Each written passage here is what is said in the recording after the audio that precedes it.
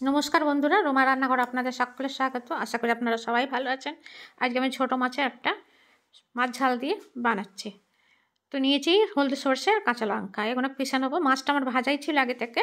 দিয়ে দিলাম কাঁচা লঙ্কা ফোড়ন আর 5 ফোড়ন দিয়ে এর মধ্যে সরষে বাটাটা দিয়ে দিলাম আর কিছুটা জল দিয়ে দেবো, একটু একটু ঝোল ঝোল বানাবো সেই জন্যে।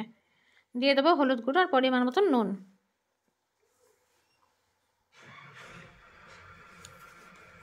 তো এই পর্যন্ত ভিডিওটা যদি দেখে থাকেন আশা করি আপনাদের ভালো লেগেছে। ভালো লাগলে পরে লাইক কমেন্ট করতে একদম ভুলবেন না। আপনারা ভালো থাকবেন, সুস্থ থাকবেন, আবার দেখা হবে। যারা নতুন বন্ধু দেখছেন তারা প্লিজ একটা সাবস্ক্রাইব করে পাশে থাকবেন।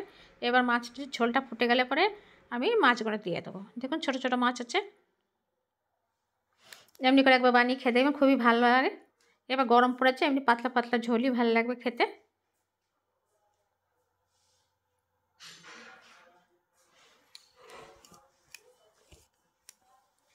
একটু ফুটে গেলে পরে আমি ঢেলে দেবো।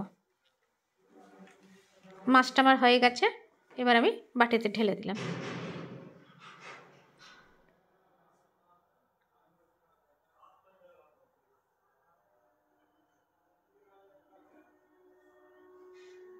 কেমন হয়েছে জানাতে একদমই ভুলবেন না।